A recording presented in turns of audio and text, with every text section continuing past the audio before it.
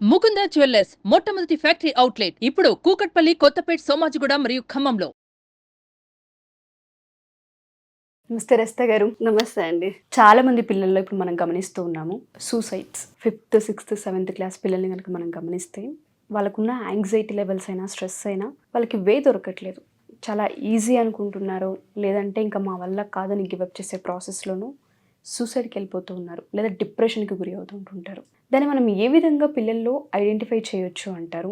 Parents ఎలా గమనించాలి అంటారు? అసలు దాన్ని ఐడెంటిఫై చేసే విధానం ఏమన్నా ఉందా? పిల్లలే మన ఆస్తి అండి. వాళ్ళే మనకి ప్రపంచం, వాళ్ళే మనకి ఆస్తి, ఎవ్రీథింగ్ వాళ్ళే మనకి.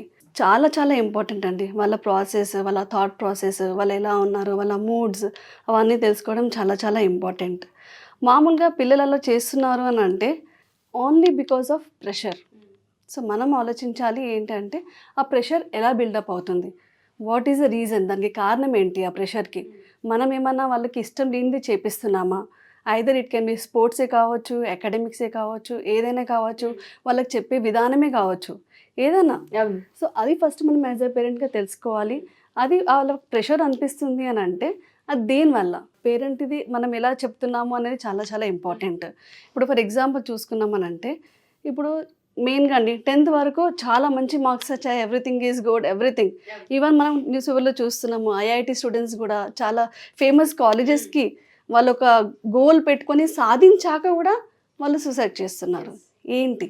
Only because of pressure, academic pressure అప్పుడు maximum, because of the society pressure. ఎలా అనంటే వాళ్ళు అక్కడికి వెళ్ళాక they will come to know ఏంటి అని అంటే, ఇది నేను చేయలేకపోతున్నా, నేను చేయలేకపోతున్నా, నేను పేరెంట్స్కి చెప్తే పేరెంట్స్ యాక్సెప్ట్ చేస్తారా?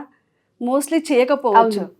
And what about the society? సరే పేరెంట్స్ యాక్సెప్ట్ చేసినా రిలేటివ్స్ ఏమంటారు, నా ఫ్రెండ్ సర్కిల్ ఏమంటారు, అదే పెద్దగా సాధించాడు మళ్ళీ రిటర్న్ వచ్చాడు, ఫెయిలియర్ లాగా ఫీల్ అవుతారు. ఎగ్జాక్ట్లీ. సో అది ఫేస్ చేయలేక they are committing suicides. So దీనికి ఇదంతా కాకుండా చూడడానికే డిఎంఐటి టెస్ట్ అండి. Okay. And very good solution for every parent అండి. నాట్ ఓన్లీ పిల్లలు, ఇప్పుడు మనం పెద్దవాళ్ళం కూడా చూస్తున్నాం కదా. మనం ఫ్రంట్ పేజ్ ఓపెన్ చేయగానే ఓన్లీ సూసైడ్స్, 30 ఏజ్ వాళ్ళు, 40 ఏజ్ వాళ్ళు, 45 ఏజ్ వాళ్ళు. ఏంటి ఆ ప్రెషర్? ఒకటి ఏంటంటే ఫైనాన్షియల్ ప్రెషర్ కావచ్చు.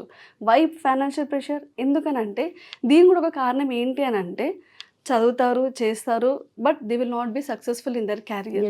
వై అది కూడా question. Because they end up doing their wrong job. అంటే వాళ్ళు ఏదైతే వాళ్ళ టాలెంట్ ఉందో వాళ్ళు తెలుసుకోలేక ఏదో జాబ్ మనీ కోసం అని ఏదో ఒకటి చేస్తూ ఉంటారు.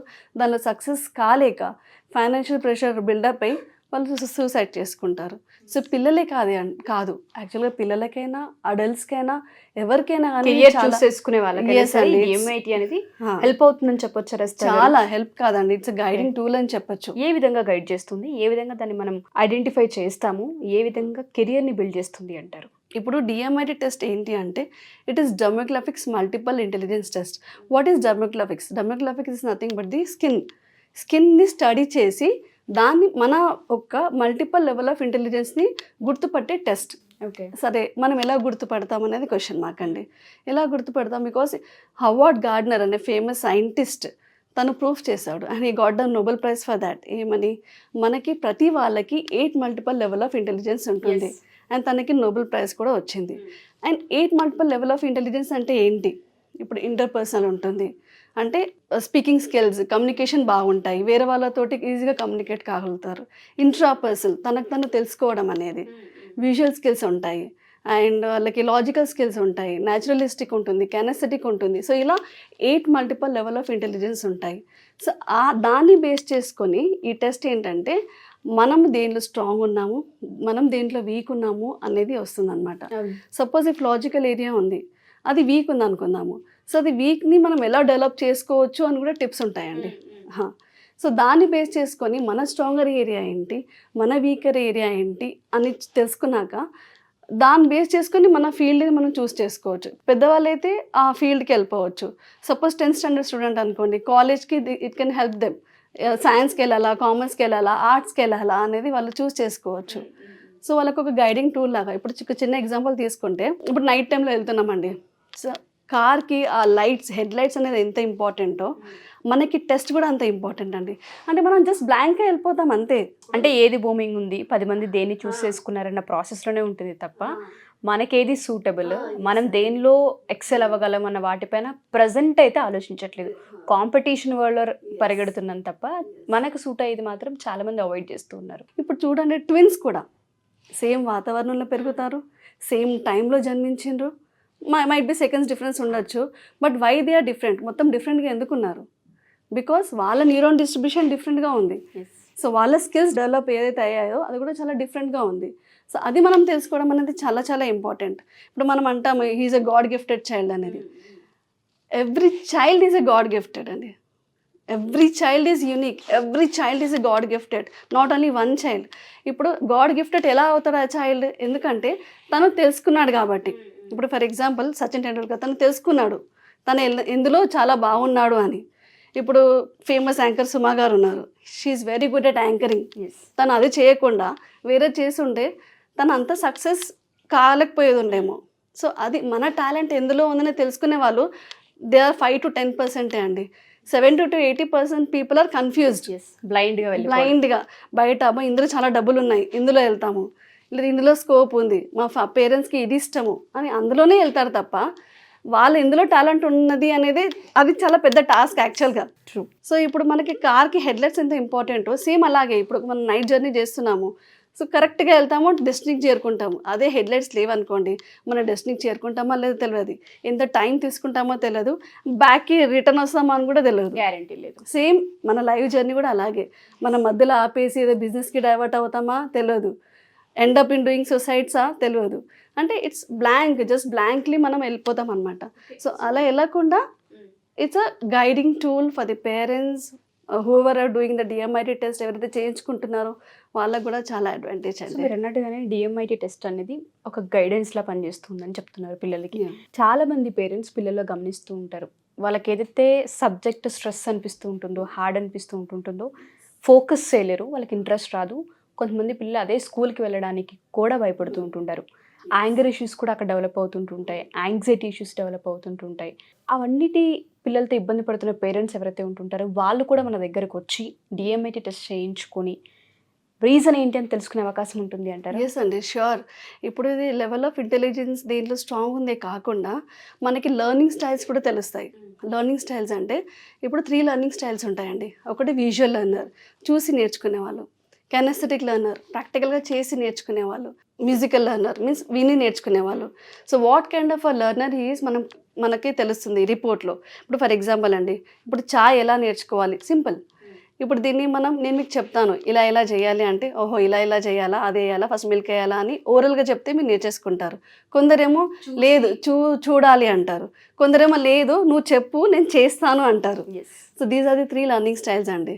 సో వాళ్ళకి అలా చేస్తేనే గుర్తుంటుంది. ఇప్పుడు మదర్గా ఇప్పుడు కొందరు పేరెంట్స్ ఏం చేస్తారు అని అంటే, లేదు నువ్వు ఇక్కడ నుంచి కదిలేదు, లేదు నువ్వు 1 hour 2 hours ఇక్కడనే కూర్చొని చదువుకోవాలి అని చెప్తారు. కానీ పాపం చైల్డ్ కనుక కెనెస్థెటిక్ లెర్నర్ అయి ఉంటే తను అక్కడ కూర్చోలేడు, ఇబ్బంది పడతాడు. బికాస్ తనకి ఎలా అంటే మూమెంట్ ఉండాలి, బాడీ మూమెంట్ ఉంటేనే తను చదవగలుగుతాడు అనమాట. సో ఆ టైంలో తను వేస్ట్, ఆ 2 hours అక్కడ కూర్చొని చదువుకోవడం అనేది తనకి వేస్ట్ అనమాట, 0 అవుట్పుట్ వస్తుంది. ఇప్పుడు అదే వేరే పిల్లల్ని మీరు గట్టిగా చదవండి. ఇప్పుడు కొందరు పేరెంట్స్ ఉంటారు, నాకు వినపడాలి, నువ్వు ఏం చెప్తున్నావో వినపడాలి అంటారు. కానీ సపోజ్ ఈజ్ అ లిజనర్ అనుకోండి, తను అలా చదవలేడు. ఓకే, తను ఎలా అంటే చూసి నేర్చుకోగలుగుతాడు. అంటే అది వర్డ్స్ కనుక చూసి, లేకపోతే ఇప్పుడు మనకు ఆడియో వీడియో ఉంటాయి, ఈ మధ్య యూట్యూబ్ వీడియోస్ వస్తాయి, ఆ యూట్యూబ్ వీడియోలో చూసి he can learn very easily అనమాట.